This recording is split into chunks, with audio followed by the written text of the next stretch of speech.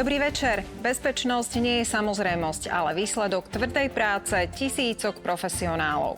A práve o tom je relácia Bezpečné Slovensko. Vitajte. Dnes sa pozrieme na zásah 80 policajtov v areáli bývalého výrobného závodu Bukóza na východe Slovenska. Venovať sa budeme aj bezpečnostnej situácii v regióne Blízkeho východu a opatreniam na ochranu našich občanov. A s krasokorčuliarom Adamom Hagarom sa v štúdiu porozprávame o olympiáde v Taliansku a jeho ďalších plánoch.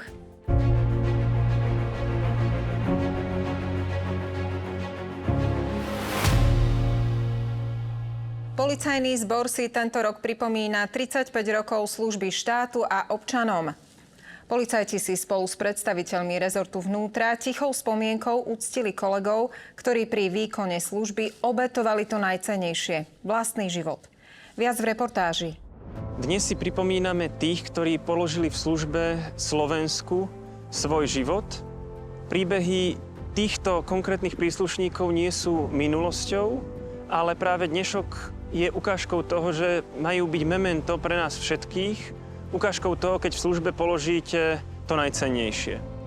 A práve úlohou múzea polície je oživovať tieto konkrétne príbehy a na ich príklade ukázať, odkiaľ smerujeme a kým sme boli. Takisto je to odkaz pre celú spoločnosť, aby si vážili všetkých tých, ktorých ránia ich životy a zabezpečujú bezpečnosť. A takisto, aby sme všetci spoločne budovali také prostredie, ktoré bude rešpektovať zákon a úctu k sebe samému. Je veľmi pre nás dôležitá dôvera verejnosti, pretože bez nej policajný zbor nemôže fungovať a my si ju naozaj veľmi ceníme. A v neposlednom rade kladiem veľmi veľký dôraz na podporu našich policajtov vo výkone štátnej služby. Dnes si nepripomíname iba obete, dnes si pripomíname všetkých policajtov, pretože policajný zbor slávi 35. výročie, ale každé ľudské zoskupenie má aj tie svoje stránky, ktoré nie sú príjemné, ale ktoré jednoducho sú. A preto je dobré, aby sme si to v ľudskej spoločnosti vedeli vždy aj pripomenúť. Ich odkaz je odkazom pre mnohých policajtov a policajtky, aby brali svoju službu hrdo a vážne. V nás ľuďoch je zakomponovaná aj vízia spravodlivosti, pokoja, bezpečnosti, ochrany. Myslím, že to nás všetkých spája, či sme veriaci, neveriaci, inoveriaci. Bezpečnostná situácia na Blízkom východe skomplikovala návrat domov stovkám Slovákov. Letecký útvar ministerstva vnútra preto na žiadosť rezortu diplomacie spustil repatriačné lety z regiónu. Lietadlá odleteli z Bratislavy 3. a 5. marca do jordánskeho Amánu a ďalšie smerovalo do Maskatu v Ománe. Rezort vnútra v spolupráci s rezortom diplomacie je v prípade potreby bezpečného návratu našich občanov pripravený zabezpečiť aj ďalšie lety. Slovenská polícia sa aktívne zapojila do veľkej medzinárodnej operácie Libertera 3, ktorú koordinoval Interpol. Na akcii sa zúčastnilo 119 krajín vrátane Slovenska, pričom zadržaných bolo viac ako 3700 osôb. Obchodovanie s ľuďmi a pašovanie migrantov zostáva vážnym globálnym problémom, ktorý je často prepojený aj s ďalšími formami organizovanej kriminality. V noci z 26. na 27. februára polícia uskutočnila preventívno-bezpečnostnú akciu s názvom Bukóza v areáli bývalého podniku v okrese Vranov nad Topľou. Do zásahu sa zapojilo 80 policajtov, vrátane kriminalistov, pohotovostných jednotiek, dopravnej polície, kinológov aj enviropolície. Pri monitorovaní akcie boli nasadené aj drony. 30 osôb bolo riešených v blokovom konaní a jeden 18-ročný muž čelí obvineniu pre opakovanú majetkovú trestnú činnosť.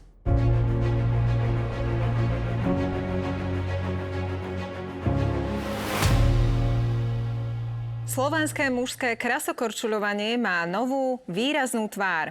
Je ňou Adam Hagara, športovec športového centra polície, ktorý sa nedávno predstavil aj na olympijskom ľade a dnes je našim hosťom. Vítajte u nás. Dobrý deň, ďakujem za pozvanie. Adam, na zimných olympijských hrách 2026 ste reprezentovali Slovensko v mužskom sólovom krasokorčuľovaní.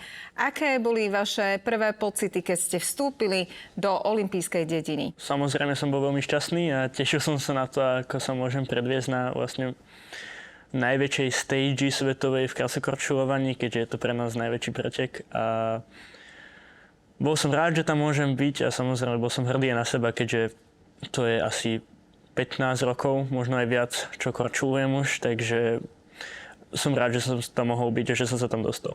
Ako vyzerá deň krasokorčuliara, ktorý vie, že večer ho čaká veľmi náročné predstavenie? Snažím sa na to nemyslieť, ale tak to sa moc nedá, ale tak záleží, kde to je, na akom podujatí. Ak je to na olympiáde, tak teraz sme mali po obede tréningy pred voľnými jazdami, no kedy máme ráno, takže som mohol stať neskôr, potom som išiel na obed alebo na raňajky teda.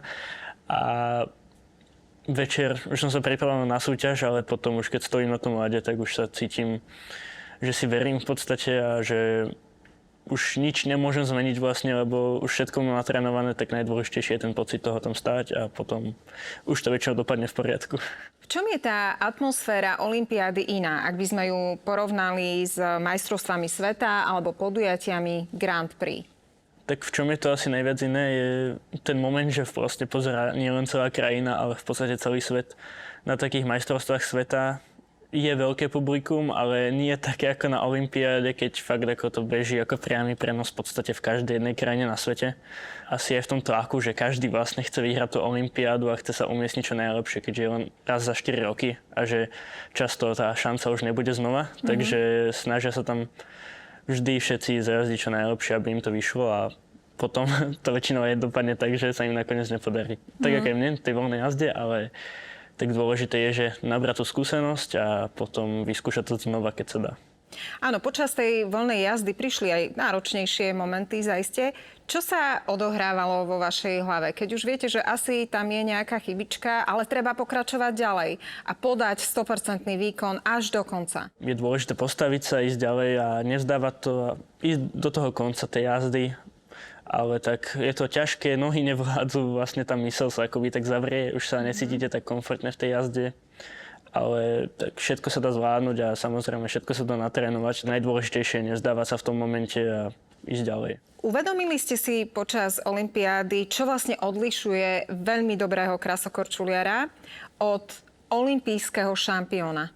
Na tejto najväčšej stage samozrejme náplň jazdy, korčuliarské schopnosti vlastne toho človeka, to ako vie tú jazdu odviesť ako umelecky, takže všetko dokopy v podstate, ale samozrejme, čo bolo tento rok najdôležitejšie na tej olympiáde, bola tá mentálna odolnosť, by som povedal. Napríklad ako keď vlastne Ilja Malinin, čo by mal najväčšiu pravdepodobnosť, že vyhrá tú olympiádu, tak sa mu nepodarilo. A vyhral Michal Šajdrov, ktorý nebol očakávaný, že vyhrá, ale tak on vyhral hlavne vďaka tomu, že išiel čistú jazdu a že išiel to, čo vedel, mal to natrénované a nezdával sa a preto aj vyhral.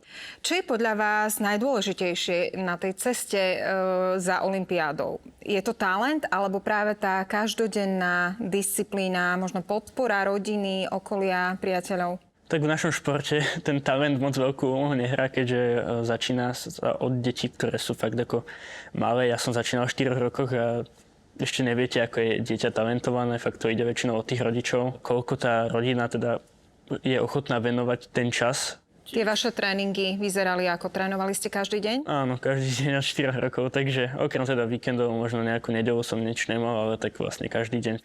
Ako by podľa vás mohol rodič zistiť, že jeho dieťa má talent? Napríklad nebojácnosť je taká vlastnosť, ktorú je potrebné mať? Tak určite áno, ale tak ja si myslím, že aj tá nebojácnosť je niečo, čo sa dá nacvičiť v živote.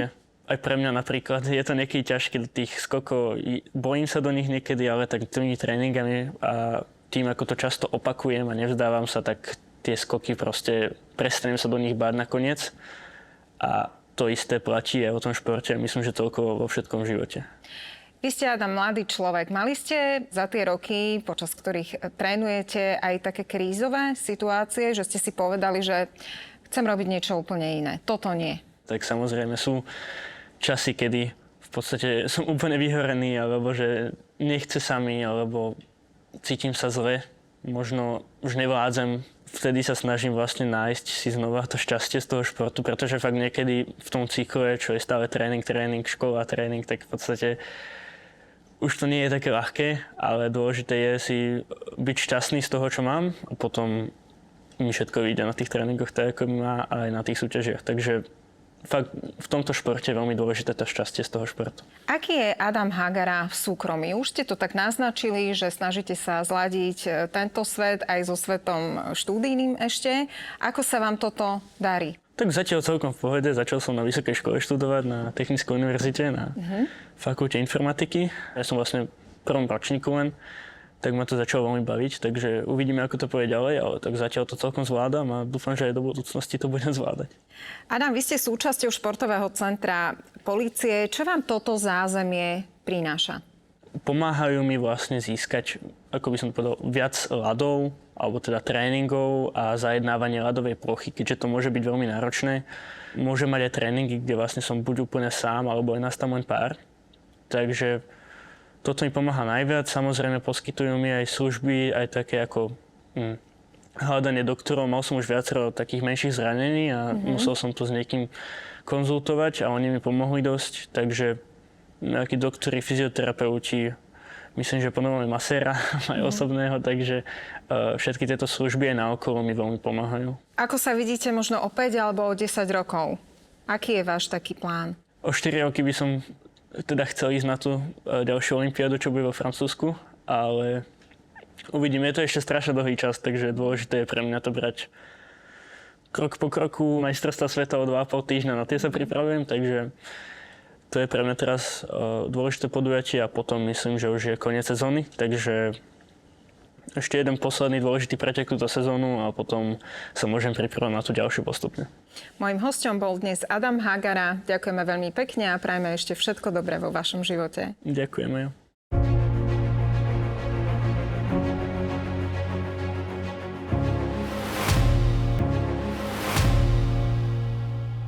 To je z dnešnej relácie Bezpečné Slovensko všetko. Ďakujeme, že ste nás sledovali.